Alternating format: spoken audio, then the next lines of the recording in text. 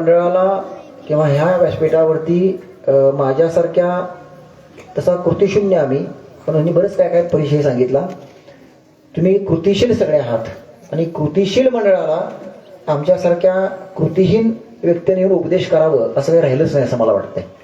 कारण तुमचं आल्यापासून मी ऐकतोय गेली 50 वर्ष सातत्यानं हे उपक्रम सुरू ठेवणं आणि गेली 50 वर्ष हे सामाजिक बांधिलकी जपायचं भान ठेवून हे कार्यक्रम करणं, राबवणं तितकं सोपं नाही.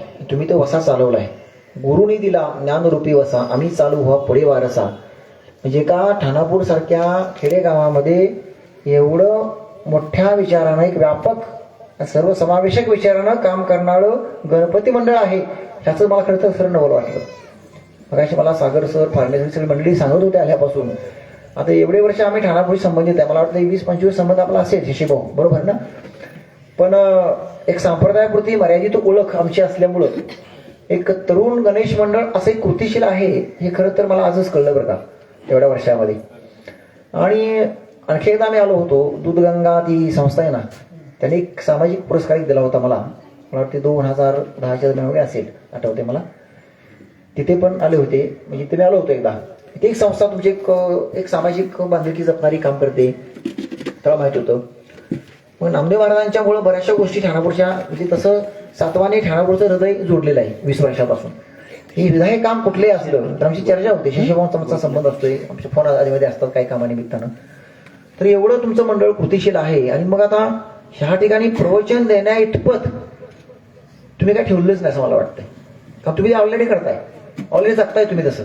म्हणजे तुमच्या घराघरामध्ये नसानसामध्ये समाजसेवा भिडलेली आहे.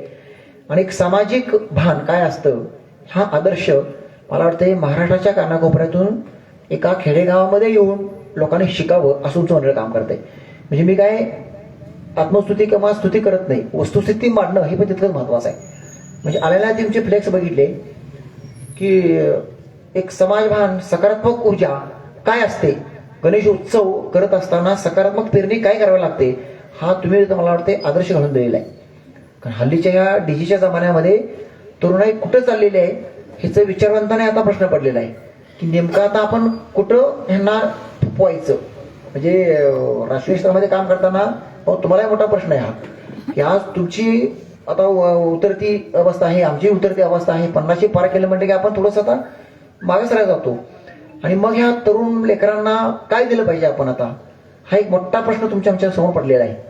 तरुणाई जर त्या डीजेच्या तालावरती थिरकले बघितली, म्हणजे मला सांगायला म्हणजे मला वाटतं की आमच्या गावामध्ये आदल्या पर्याय नव्हता. काही करू शकत नाही आपण, काही चालत नाही. दुर्दैवाने म्हणा सुदैवाने म्हणा पोलीस पाटील आमच्या घरातच आहे, दोन्हीकडनं बांधलोय आम्ही. कायद्याचं बंधन आहे आणि कायदा राबायचं म्हटलं तर समाजाचं लोकांचं भय आहे. गाव सोडू शकत नाही आपण, ही अवस्था आहे. म्हणजे जरी आमचं गाव परमाणी क्षेत्रामध्ये आज टॉपला जाते असं वाटत असलं तरी एक बाजू ही पण आहे, प्रकर्षानं जाणवते आज. म्हणजे प्रत्येक गावामध्ये अवस्था ही आहे. पण त्यालाही कारण आहेत, त्या कारणाकडे पण न जाता आपण आपल्या मूळ विषयाला वळूया असं मला वाटतं. की ती चर्चा किती केली तरी नकारात्मक विचार त्यातून बाहेर येतील आणि ते न येता तुमच्यासारख्या मंडळाला एक सकारात्मक ऊर्जा अजून कशी ह्यात मिळेल हा प्रयत्न करणं तितकं गरजेचं आहे. तेवढी प्रेरणा मिळणं गरजेचं आहे. आपले कीर्तनकार सुद्धा वाटेवर आहेत, आमचे परम मित्रच आहेत ते हरिभक्तपरायण रामदास महाराज आरिवाडीचे आपल्या लेकरांसह येत आहेत, पेटनाक्याचे पुढे आलेत, शिराळ्यामध्ये नातांचं दर्शन घेऊन थोड्या आपल्या इथं पोहोचतायत. त्यामुळे कीर्तनकारी तुमचे वेळेत पोहोचतायत. मी वेळेत आलो होतो, पण रोज तुम्ही सांगितलं की 6:30 6:30 आलो करू म्हटलं. कारण 6 ते 7 प्रवचन करून मला उपरीला परत शिकवा जायचं आहे. कारण 2 दिवस मी उपरीत पण नाही, आमच्या मुलांचे कार्यक्रम सुरू आहेत वाद्यवृंदाची. त्याच्यामुळे मी सांगितलं होतं की 7ला मला रिकामा करा आणि मी 7:30 उपरीला पोहोचावं.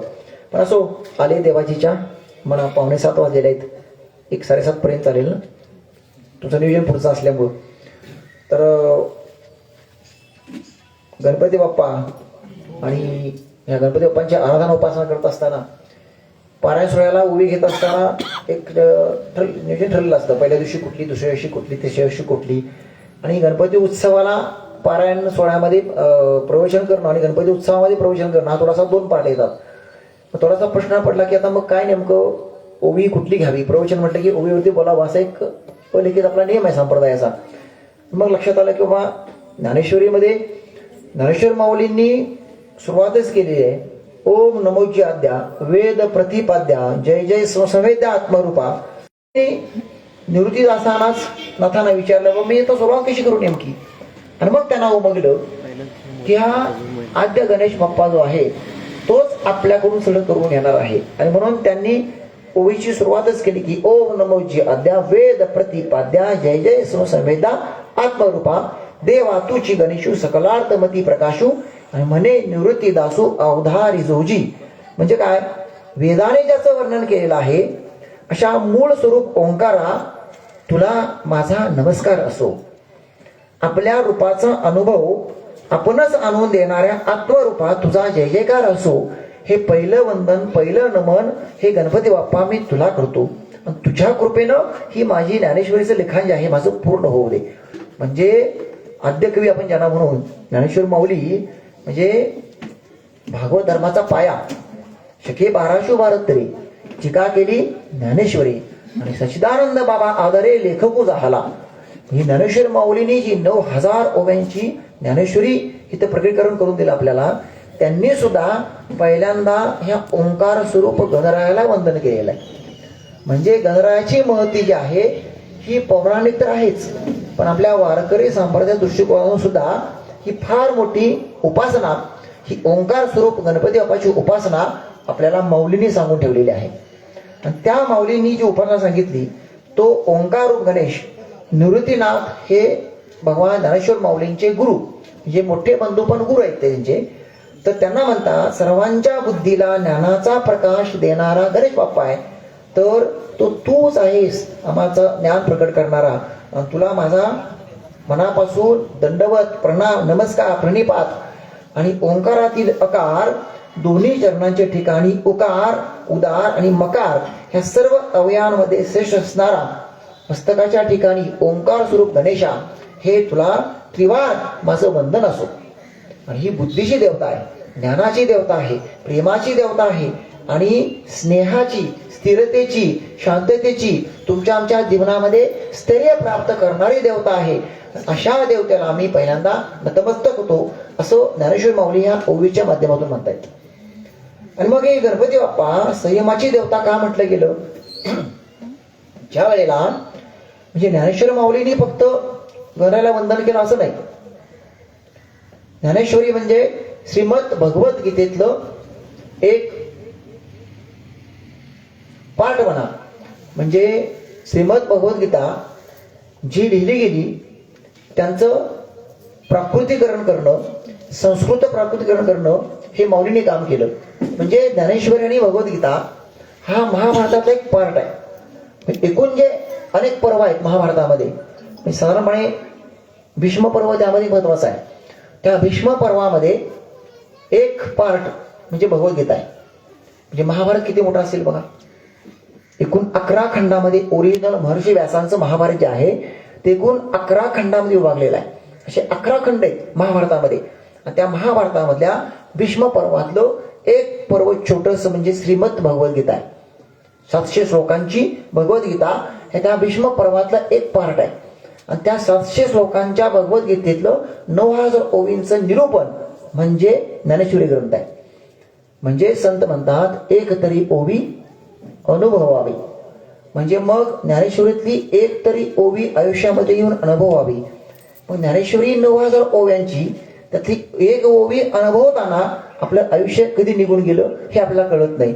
आणि मग 9000 ओव्यांची ज्ञानेश्वरी, 700 श्लोकांची भगवद्गीता आणि मग त्यातलं भीष्म पर्व आणि 11 खंडाचं महाभारत पर्व हे अभ्यासाचं म्हटलं तर आपल्याला किती वेळा जन्म घ्यावा लागतील. सोपं आहे का तेवढं हे काम. म्हणून संतांनी सांगितलं एवढं शक्य नाही आपल्याला झालं तर किमान ह्या गणेश बाप्पाची वंदना तेवढं तरी करा.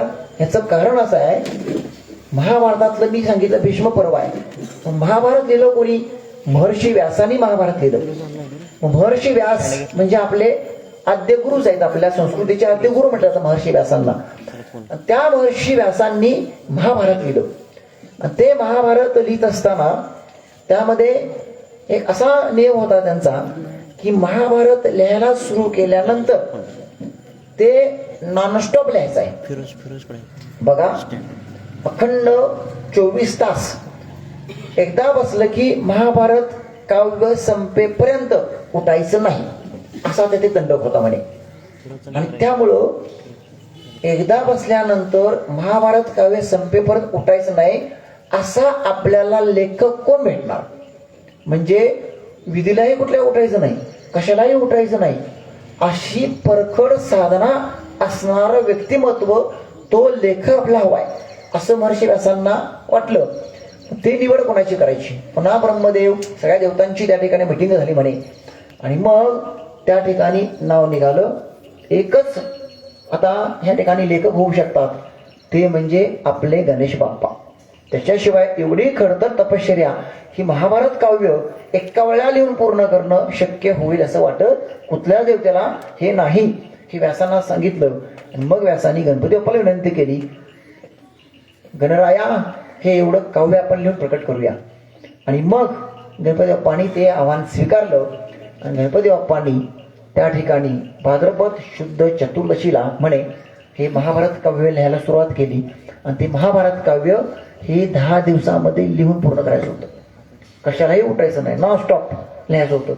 ते महाभारत काव्य म्हणजे गणपती बाप्पांनी अखंड 24 तास बसून जसे व्यास सांगतील ना तसं ते महाभारत काव्य 11 खंडाचं महाकाव्य हे लिहून काढलं म्हणे. आणि लिहून काढल्यानंतर आता मला सांगा की आपण 1 तास बसायचं म्हटलं तर खुर्चीनं इकडं पाय तिकडं पाय, एकदा कंबर अशी एकदा तशी एकदा, म्हणजे 1 तास आपण नीट खुर्ची सुद्धा बसू शकत नाही.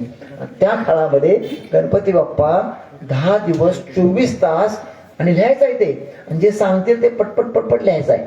म्हणजे ती बुद्धी किती कुशाग्र असेल, ती बुद्धी किती स्थिर असेल, ती बुद्धी किती शांत असेल आणि केवढं स्थैर्य असेल, एकाग्रता असेल, एवढी महान देवता गणपती बाप्पा आहे. आणि मग गणपती बाप्पांची उपासना सुरू झाली, ती काव्य लिहायची.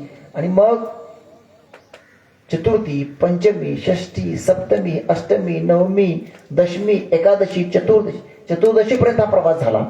आणि मग अनंत चतुर्दशीपर्यंतचा हा प्रवास पार केला गेला. गणपती बाप्पांच्या अंगाचा दाह झाला, अंग तापलं गेलं पूर्ण. आणि तो दाह शमेना, अंगात उष्णता निर्माण झाली. बघा ना, एवढं लिहान बुद्धीचा तो ताण आहे, बसायचं का अखंड लिहायचं आहे ते. आणि मग आता हा दाह शांत व्हायचा कसा, हा प्रश्न पडला महर्षी व्यासांना येताना पडला. म्हणून गणपती बाप्पाला त्या ठिकाणी चतुर्थीला बसवला गणपती बाप्पा, म्हणजे भाद्रपद शुद्ध चतुर्थीला बसवले गणपती बाप्पा लिखाणाला.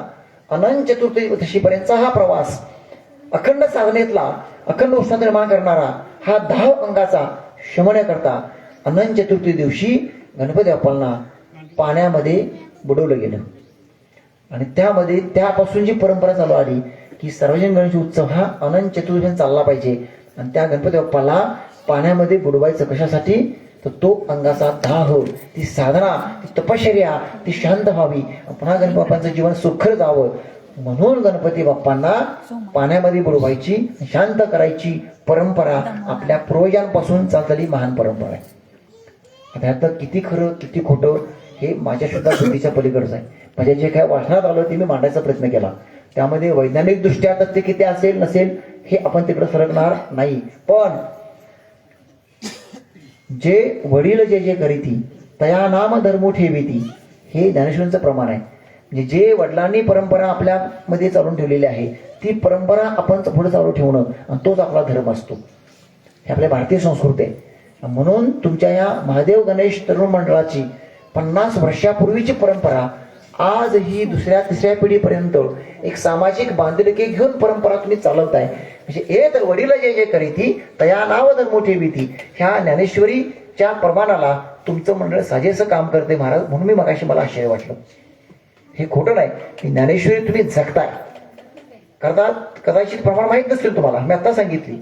पण धर्माचं खरं नाव काय हे ज्ञानेश्वरीमध्ये त्याच सांगून ठेवलंय की तसे तुमचे वडील किंवा आजोबा असतील हे अशिक्षित, म्हणजे शिक्षण कमी पण विचारणं तो होते ना, त्याने हा पाया रोवला.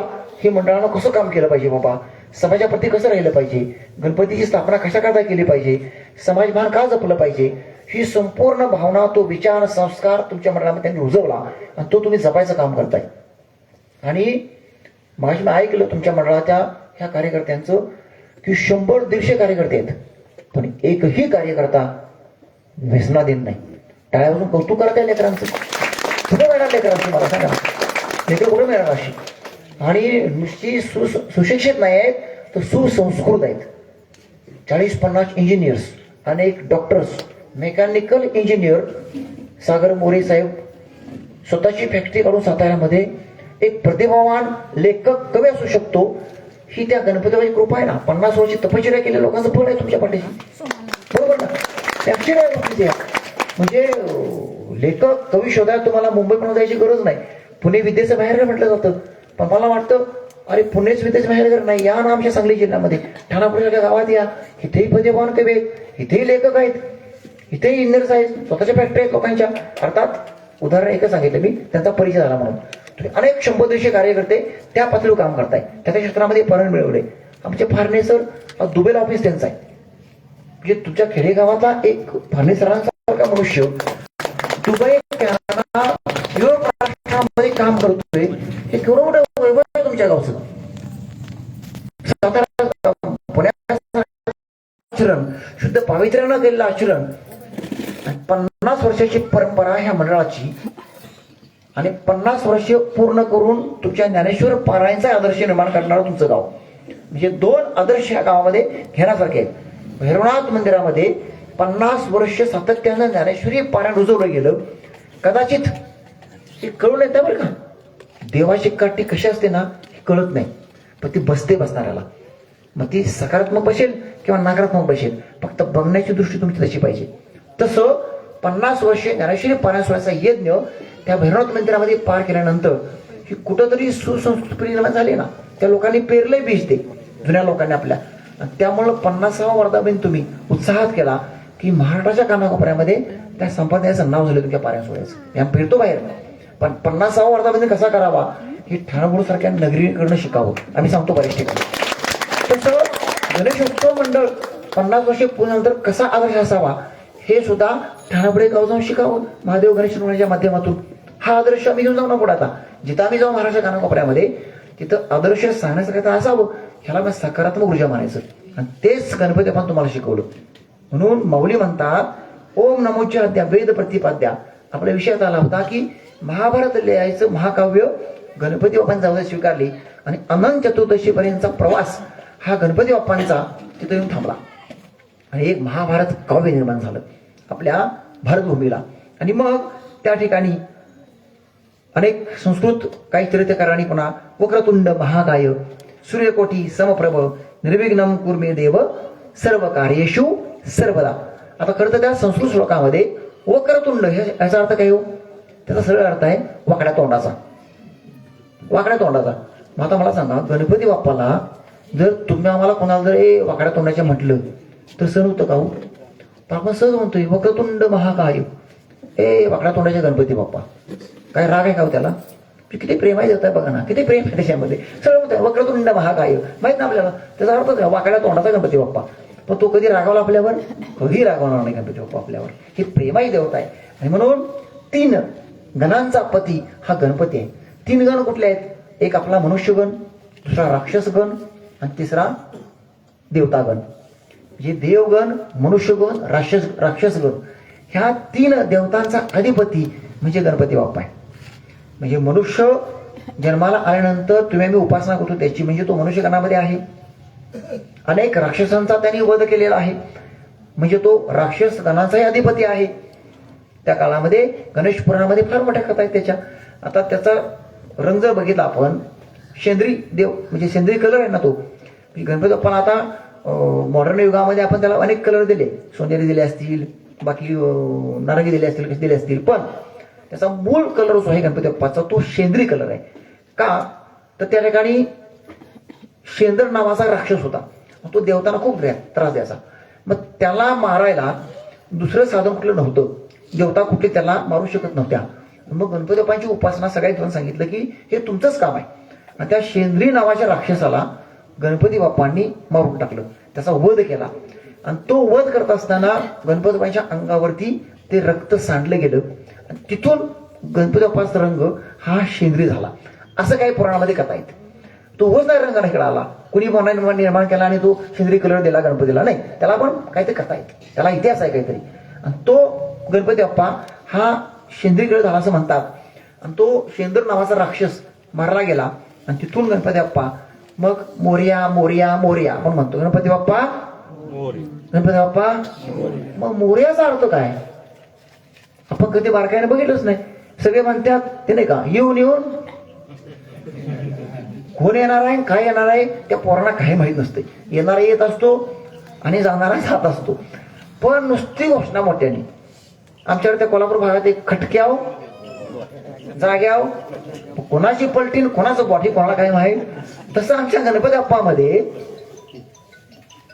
गणपती बाप्पा मोठ्याने म्हणायचं. डीजेचा आवाज थांबला तरी घोषणा गणपती बाप्पा. आणि पण मोर्याचा अर्थ आहे नमस्कार. बघा ना किती सुंदर अर्थ आहे मोर्यामध्ये. मग नमस्कार करत असताना मग गणपती बाप्पा मोर्या असं म्हणून चालू गाऊ नतमस्तक व्हायला पाहिजे ना आपण. गणपती बाप्पा तुला आमचा नमस्कार असतो. जे काही आमचे अपराध असतील ते बाबा पोटात घालून घे आणि आम्हाला चांगल्या वळणावर आण. हे नमस्कार करून त्याला विनवणी करायची असते आपण. पण तो गणपती बाप्पा खूप जागृत देवस्थान आहे. तुम्ही म्हणाल मग ते त्याला सोंड हत्तीचं आहे तोंड हत्तीचं आहे. मग ते कथा खूप सांगितल्या जातात. त्या दंतकथा असतील पौराणिक असतील त्या खोलात आपण जायचं नाही. ती पार्वती माताने उपासना केला ती आंघोळ करायची होती. मग हत्तीचं मस्तक कापलं महादेवानी आणि ते वर लावलं आणि ते लावून मग गणपप्पा तयार झाले. हे बघा कथा ऐकायला लय भारी वाटते आपल्याला. पण त्या कथेच्या पाठीमागचा मध्यतार्थ समजून घेणं म्हणजे अध्यात्म विज्ञानाची सांगड घालणं.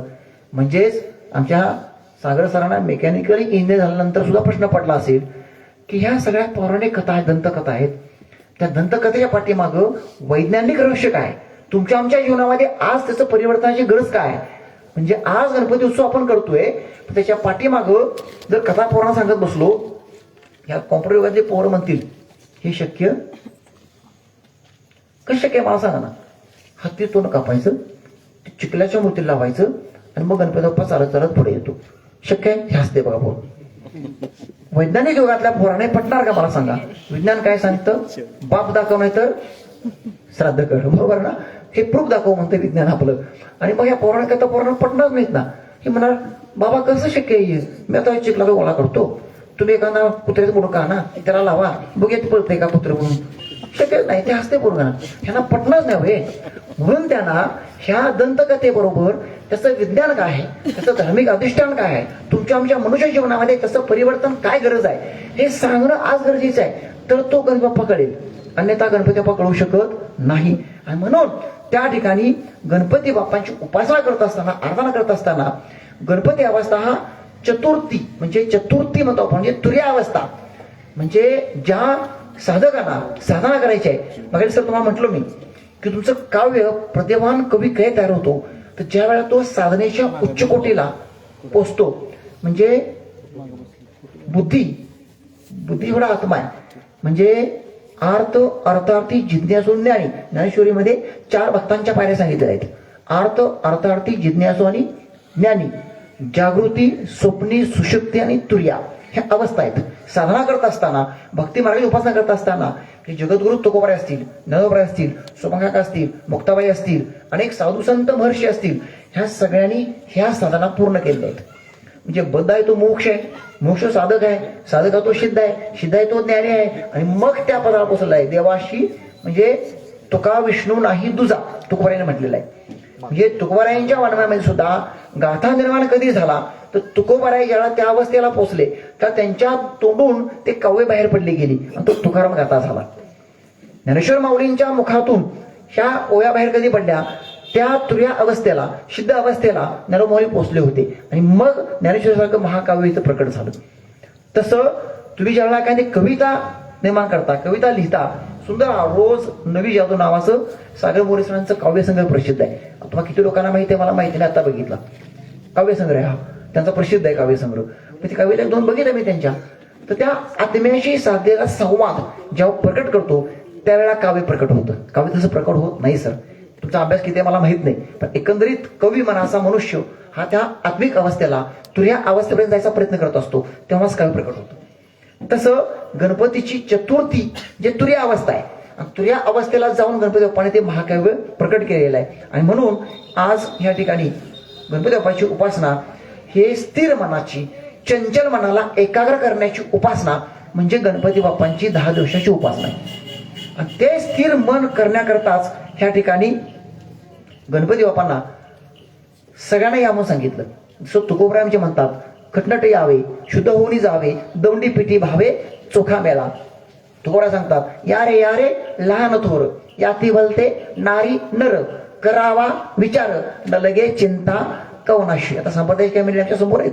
आता प्रमाण चुकल माझं, कारण माझा एवढा अभ्यास वाढवायचा नाही. मी नम्रपणे मान्य करतो. मी सांगितलं की माझा डॉक्टरकीचा पैसा आहे. मी डॉक्टरकीच्या व्यवसायामध्ये इंजेक्शन टोचायला सोडून हे माणसांच्या मनाला इंजेक्शन देण्याकरता काम हे माझ्या देवान दिले म्हणून खरं येतोय.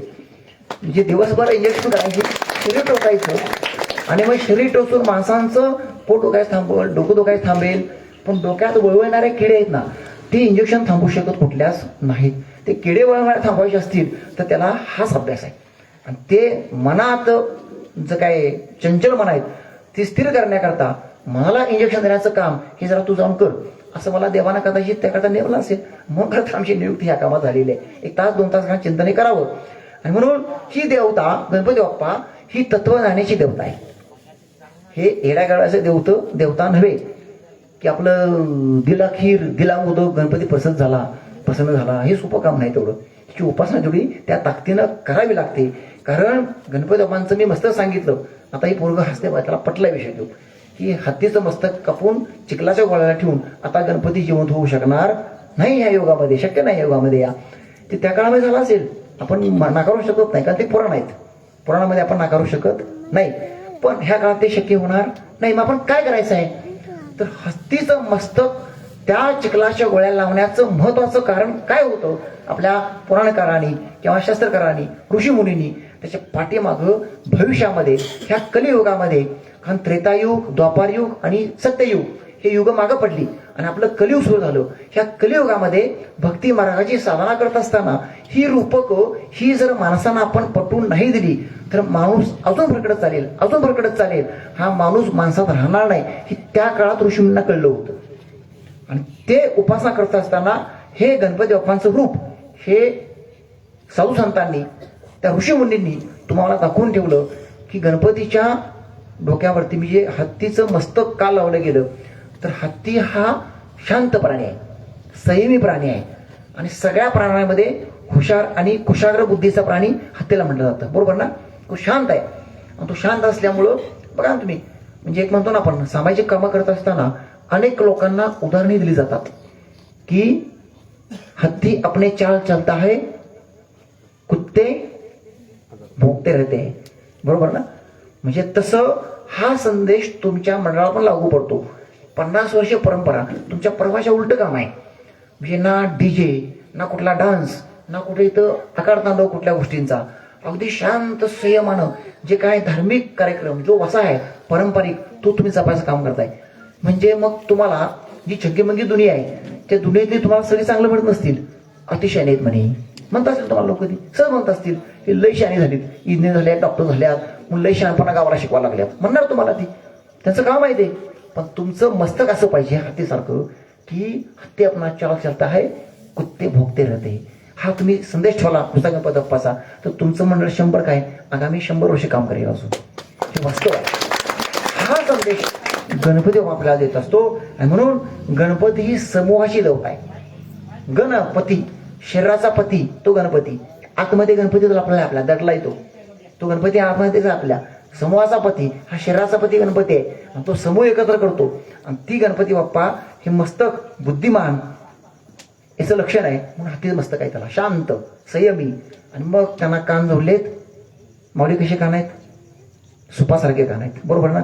मग सुपासारखे कान गणपतीला बसवायची काही गरज होती का, साधे कान चालले असते ना.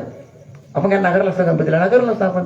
सुपासारखे कान हा संदेश सांगतो आपल्याला ह्या समाजामध्ये किंवा अवतीभोवती तुमच्या आमच्या जीवनामध्ये अनेक अशा नको त्या गोष्टी ऐकायला मिळतात आपल्याला.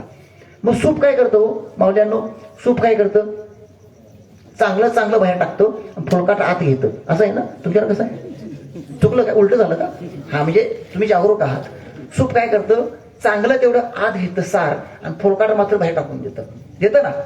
जे सूप हे संदेश देतं.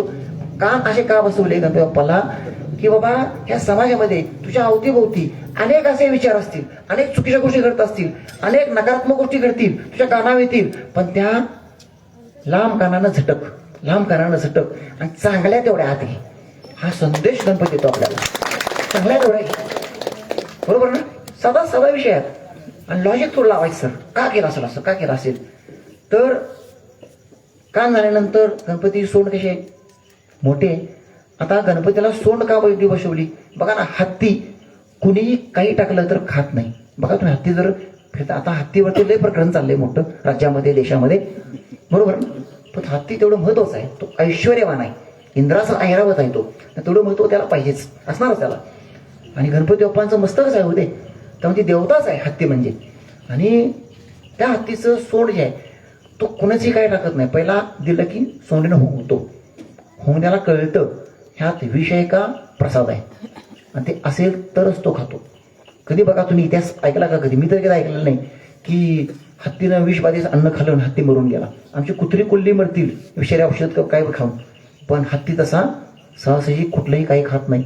हत्ती संदेश देतो की काही खात असताना समाजामध्ये तुम्हाला काही लोक टाकतील, काही देतील तुम्हाला, पहिलं लांबून होंगा, वास घ्या, सुवासिक सात्विक चांगला असेल तेच तुम्ही खा, तर मस्तक स्थिर राहील, मस्तक शांत राहील, बुद्धी कुशाग्र राहील. जे शुद्ध शाकाहार हा हत्तीनं दिलेला आपला संदेश आहे. शिकवतो आपल्याला, गणपती बाप्पा शिकवतो आपल्याला शुद्ध सात्विकच खा तर बुद्धी कुशाग्र राहील. हत्तीचे डोळे, गणपती डोळे कसे आहेत? एकदम बारीक आहेत. कारण डोळे मोठे आहेत असे करून बघतो का कधी? डोळं वाटारलाच आपला राग येतो एखाद्याला, का डोळे वाटरतो माझे म्हणतो आपण. पण हत्ती गणपती बाप्पा कधी डोळे वाढतात, सूक्ष्म दृष्टी आहे, सूक्ष्म. तो बारकाईने बघतो, कोण कसा कार्य करत आहे, कोण कसा कार्य करत आहे, त्याचं काम कसं चाललंय, तो बारकाईने बघत असतो. फक्त आपली दृष्टी तशी निर्माण झालेली नाही म्हणून आपल्याला कळतं गणपती पुढे काय पण चालतंय, काही पण चालत नाही. तो बारकाईने बघत असतो, पण त्याचा फटकार, त्याची सोंड एकदा फिरली की तुमची पलटी कधी होईल. मगाशी म्हटलं तसं खटक्या वाट. मग गणपती बाप्पा तसा स्थिर शांत आहे. हत्ती फक्त जर त्याला नाही पटलं एखाद्या व्यक्तीचं, सोंडत असा पकडतो, सोंडत पकडून त्याला एकतर आपटतो नारळ फोडल्यासारखा, नसेल तर पायाखाली घेतो आणि पाय देऊन शांतपणे पुढे जातो. ही हत्तीची मारण्याची पद्धत आहे. म्हणजे गणपती बाप्पा जेवढा स्थिर शांत आहे तेवढाच ताकदीचा देवता येतो. पण त्याच्या पुढं नको ते थिर चालत अजून कळत नाही, भुलभुले आहे. पण तो कधी दणका देईल ही त्यांना कळणार नाही. त्यांनी सावध व्हावं अजूनही, तुमच्या लक्षात येईल हळूहळू त्याचे परिणाम काय होतात ते. तर हा गणपती बाप्पा सूक्ष्म दृष्टीनं पाहणारी देवता आहे, आणि ती नजर तुमच्या आमच्या जीवनामध्ये पाहिजे. अवतीभोवती अनेक घटना घडतात आपल्या, पण आपली नजर प्रत्येक सूक्ष्म आणि तीक्ष्ण पाहिजे. जे चांगलं तेवढंच आपण घेऊ शकतो, आणि जे वाईट आहे ते आपल्या नजरेत येणार नाही. नाक, सोंड लांबी सांगितलं तुम्हाला, कोंगायचा संदेश देतं. आणि दात गणपती बाप्पा दोन आहेत, एक लांब आहे एक शॉर्ट आहे, बरोबर ना? दोन्ही सुळे जात आहेत. म्हणजे एक दात हा आत्मश्रद्धेचा आहे आणि एक दात हा ईशश्रद्धेचा आहे. म्हणजे ईश्वरी श्रद्धा आणि आपले आत्मश्रद्धा ही एकरूप झाली तरच तुम्ही ते ज्ञान श्रवण करू शकता किंवा खाऊ शकता, चावून खाऊ शकता आणि पचवू शकता. म्हणून दोन दात सुळे आहेत, एक आत्मश्रद्धा आणि ईश श्रद्धा तुमची बळकट पाहिजे. आणि म्हणून ह्या ठिकाणी ते दात सुळे दिलेले आहेत. पुढे आहेत हातात, हात किती आहेत गणपतीला? किती आहेत? 4 आहेत, बरोबर आहे की नाही सांगा? 4 आहेत. आणि 4 हातामध्ये 4 त्यांनी प्रतीक दिलेले आहेत. एका हातामध्ये काय आहे? अंकुश आहे. दुसऱ्या हातामध्ये काय आहे? पाश आहे. तिसऱ्या हातामध्ये काय आहे? मोदक आहे. आणि चौथा हात, म्हणजे 4 अवस्था तुम्ही पार करायचा म्हटला तर गणपती बाप्पाला जर तुमच्या मनावरती, तुमच्या अंतःकरणामध्ये, तुमच्या घरामध्ये, तुमच्या गावामध्ये जर वरीलधाऱ्या माणसांचा, ज्ञानी माणसांचा अंकुश नसेल तर तुमचं जगणं अर्थहीन आहे. हा अंकुश ठेवा, हा संदेश देतो गणपती बाप्पा आपल्याला. तुमच्या जीवनामध्ये अंकुश पाहिजे, प्रत्येक गोष्ट अंकुश पाहिजे, संयम पाहिजे. आणि जर संयम नाही ठेवला आणि जर तिरकी नजर बघितली, वाईट काय करायचा प्रयत्न केला, तर हातामध्ये पाश आहे. म्हणजे हातामध्ये पाश म्हणजे कोराड्यासारखं शस्त्र आहे ते. त्या शस्त्रानं तुमचा पाडाव करायला, तुम्हाला मारायला गणपती कमी करणार नाही. आणि तितकाच तो मोद भरा, प्रसाद द्यायला पण तो बघत नाही, म्हणजे तुमच्यावर विचार करत नाही. तो घ्या म्हणतो, मोदक घ्या, मोदक. मग गणपतीला तिथं बर्फी नाही दिली, त्या ठिकाणी मोदकच का दिला हो? कधी विचार केला आपण सर ह्या विषयावर? मोदक का दिला? मोदकच तिथं तुमचं लाडू, तळलेलं तळण, कोरडी भातवडी नाही गेली गणपतीला. मैताच्या ठिकाणी आपण अनेक वस्तू ठेवत असतो. ठेवतो का नाही सांगा मला? काय काय काय काय ठेवतात? म्हणजे जिवंतपणी आईबापांची अवहेलना. आणि मयच झालं म्हटलं की बापरे, मी बघतो बऱ्याच ठिकाणी, आता दवाखानाचा पेशा असल्यामुळं म्हाताऱ्या माणसांची सेवा करायला जात असतो आम्ही. मुलं किती सांभाळतात हे जास्तीनं ओळखायचं आपण, बरोबर. आणि त्या अवस्थेमध्ये ज्यावेळेला वृद्धापकाळामध्ये आई वडील वाढतात, भाऊ बहीण वाढतात आणि त्यावेळेला जिवंतपणी शिवायला एक पण नाही. आणि त्या नैवेद्याला मात्र मानाचा नैवेद्य कोणाचा शिवला ह्यात मोठे पण आपलं. मानाचा नैवेद्य कोणाचा शिवला? त्याचा शिवला, त्याचा आवडीचा. आणि पण जिवंतपणी 2 घास घातले असते ना आणि 2 दिवस जगला असताना तो, त्या कवळ्यांना आणि त्या कुत्र्यांना तिथे घालून उपयोग काय? त्याचा काही उपयोग होत नाही. जिवंतपणी सेवा करा, त्याला जेमध्ये घाला ना. तसं गणपती बाप्पा आपल्याला तो प्रसाद मोदकाचाच का दिलेला आहे? तर मोदक हा असा आहे, वरून मोदक कणकेचा हा कसा लागतो खाऊन बघितला का नाही आपण? मुलांना तुम्हाला मोदकाचं वरचं आवरण आवडतं का आतलं आवडतं? मोदकाचं आतलं आवरण प्रत्येकाला आवडतं. पहिला ते फाडते मोदक आणि मग ते पहिला सार खायचं आणि बाकीचं ते कणिक टाकून द्यायची. म्हणजे आवडतं आपल्याला. म्हणजे बुद्धीनं ज्ञानानं जेव्हा परिपूर्ण आपण होतो त्यावेळेला हे ज्ञान, ज्ञानेश्वरीचं ग्रंथांचं ज्ञान हे एवढं कठीण आहे. वरून तुम्हाला ते तुरट वाटणार, वरून तुम्हाला ते कठीण वाटणार, वरून तुम्हाला चवहीन वाटणार.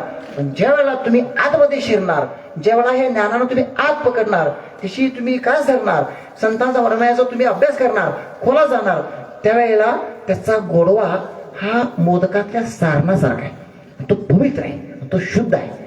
म्हणून त्याकरता तुम्हाला ते मोदकाच्या वरचं आवरण पार केलं पाहिजे. आणि आत मोदकाचं सार काय, ते सार ग्रहण करण्याची बुद्धी कुशाग्र ठेवली पाहिजे. तेवढा अभ्यास केला पाहिजे, तेवढी साधना केली पाहिजे. म्हणजे मोदकाचं सार तुम्हाला मिळाल्याशिवाय राहणार नाही. हा संदेश गणपती आपल्याला देत असतो. म्हणून मोदक आहे, कुठलाही प्रसाद नाही ठेवला गणपतीला. मग बाजूला खीर आहे. खीर कशी पण खावा, म्हणजे चमच्याने खा, पळीनं खा, हाताने खा, गोड लागणार ना, गोड लागणार ना. म्हणजे हे ज्ञान, आध्यात्मिक ज्ञान, हे संतांचा अभ्यास, हे ज्ञान तुम्ही कसंही सगळा, प्रवचन सगळा, अभंगात्मक सगळा, भजनात्मक सगळा, हे गोडच आहे, हे पवित्रच आहे. हा संदेश खीर देते आपल्याला. हा संदेश घेणं गरजेचं आहे आपल्याला. आणि म्हणून ह्या गणपती बाप्पाच्या 4 अवस्थेमध्ये पार करत असताना सगळ्यात महत्वाचं, गणपती बाप्पा छोट्या पोटाचा आहे का मोठ्या पोटाचा आहे? ढेर पोटाचा आहे गणपती बाप्पा. का? त्यांना काय एवढं पोट ठेवता येत नव्हतं मूर्ती करत असतात? का ठेवलं? गणपती बाप्पा संदेश आपल्याला देतात की नेता तत्ववेत्ता. आता शिष्यभावन आमचा प्रश्न पडला असेल, नेत्यावर डॉक्टर साहेब आले तर म्हणजे शिष्यभावाचे पोट तसंच आहे नाही का? त्यामुळं गमतीनं म्हटलं शिष्यभाव, अभ्यासू मनुष्य, बुद्धिवान मनुष्य हा एवढा संयम पाहिजे की अनेक अवतीभोवती घटना घडतात, अनेक लोक तुम्हाला काय काय सांगत असतात, अनेक गोष्टी तुम्ही डोळ्यानं बघत असता. हे सगळं तुम्हाला पोटामध्ये शांतपणे साठवता आलं पाहिजे.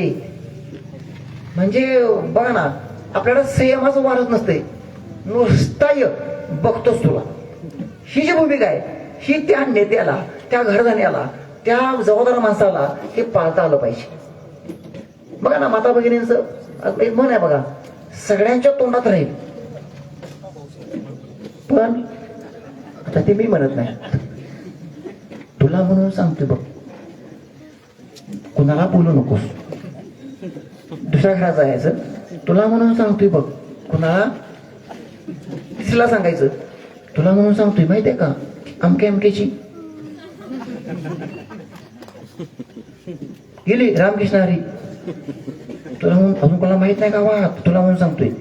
अख्ख्या गलीत जाऊन फिरते, संध्याकाळपर्यंत अख्ख्या गावात पसरतोय. हे तुम्हाला त्याचा देवाने दिलेला तो शापच आहे. तो गणेशच्या तोंडात काय नाही असं म्हणतात. म्हणजे परंपरेत चालतात हे गोष्टी सगळ्या. आणि मग हे सगळं त्या तत्ववेत्याला, त्या बुद्धिमान माणसाला पोटामध्ये साठवत आलं पाहिजे. भले चुकीच्या काही गोष्टी घडतात समाजामध्ये, पण लगेच तुम्ही तोंडात प्रकट करू तुम्ही साठवा पोटात, साठवा पोटात. म्हणजे नेता तत्ववेत्ता जी माणसं काम करतात समाजामध्ये, चांगली काम करणारी माणसांनी हे सागरासारखं पोट ठेवलं पाहिजे. लगेच बाहेर घागरीगत ओतून रिकाम व्हायचं नाही. म्हणून गणपती बाप्पा संदेश देतात की आपलं पोट हे घागर पोटाचं न होता सागर पोटाचं राहिलं पाहिजे. म्हणजे कुठलं पण काही पण खाण्याकरता सागर पोट नाही, तर ते विचार असे पाहिजे आपले प्रगल्भ पाहिजे, शांत. सगळं ऐकून घ्या सगळ्यांचं. पोटासाठवा लगेच बघू नका, त्याचे परिणाम फार वाईट होतात. प्रकट केलं म्हटलं की लगेच विचार करा, सारा विचार वेळ जागृत ठेवा आणि मग प्रकट करा. हा संदेश आपला गणपती देत असतो. गणपतीचे पाय खूप लहान आहेत, मोठे करता आला ते ना. का पाय लहान आहे तो? तर लवकर धावू शकत नाही गणपती बाप्पा. हळू म्हणजे कुठलंही काम करत असताना, घरातला असलो, दारातला असलो, आपल्या कंपनीचा असो, नोकरीचा असो, हे काम उतावीळपणा करू नका, शांतपणे काम करा. हा संदेश गणपती देतो आपल्याला. घाईने पळत जायचं, पळत घाईने गेलं की विसारा काही उपयोगाची नसते तुमच्या जीवनामध्ये. हा गणपती सांगतो, अरे हळूहळू चला, तुमचं काम यशस्वी होईल, उतावळपणा करू नका. आणि मग गणपतीने वाहन कुठलं निवडले हो? कुठलं वाहन आहे? मग त्याला काय दुसरं वाहन चालत नव्हतं, त्याला काही विमान मिळत नव्हतं. तर देवता आहे ना गणपती, काय अवघड होतं याला मिळायला? म्हणजे बापशे बेटा सवाई हे जे गमक आहे त्या काळात चालत आहे. महादेवाचं वाहन काय? नंदी. मला सांगा, नंदी कोणी देवाला पोचलाय आतापर्यंत? महादेवाचा आहे म्हणून. नंदी कुठं असतोय? मंदिराच्या बाहेर. बैला आत यायचं नाही, तो बाहेरच पाहिजे. विष्णूचं वाहन कुठलं आहे? गरुड देवरामध्ये आणलाय, तो कुठं? बाहेर. विष्णू आत जरी आले, आपण घेतलं देव म्हणून, गरुडला आत घेऊ शकत नाही, नदीला आत घेऊ शकत नाही. पण गणपती बाप्पाचं वाहन उंदीर आहे. उंदिरा मात्र 7 दिवसात मात्र उंदराला पहिला मान. उंदीर मामा की जे आपण म्हणतो, कारण त्याला पहिला मान दिलाय. जे उंदीर टाकाव आहे. आता गणपती उत्सव होऊन दे, नुसता उंदीर घरात निघून दे, आपण काठी घेऊन त्याला मारल्याशिवाय सोडत नाही. म्हणजे उंदरावर टाकाऊ उंदीर सुद्धा देवानं वाहन निवडला, कारण उंदीर हा असा आहे, तो कुठे घुसू शकतो आणि कुठे बसू शकतो. मग गणपती बाप्पा गरिबांच्या झोपडीत बसतो आणि राजे महालांच्या महालातही बसतो. म्हणजे गणपती बाप्पाने संदेश असा दिला आपल्याला, अरे मी राजा महालामध्ये जितका प्रिय आहे, तितकाच मी सर्वसामान्य गोरगरिबांच्या कुटुंबातही प्रिय आहे. हा संदेश उंदराच्या वाहनावर येऊन गणपती तुम्हाला सांगत असतो. म्हणजे समानतेचा संदेश, समतेची शिकवण ही गणपती बाप्पा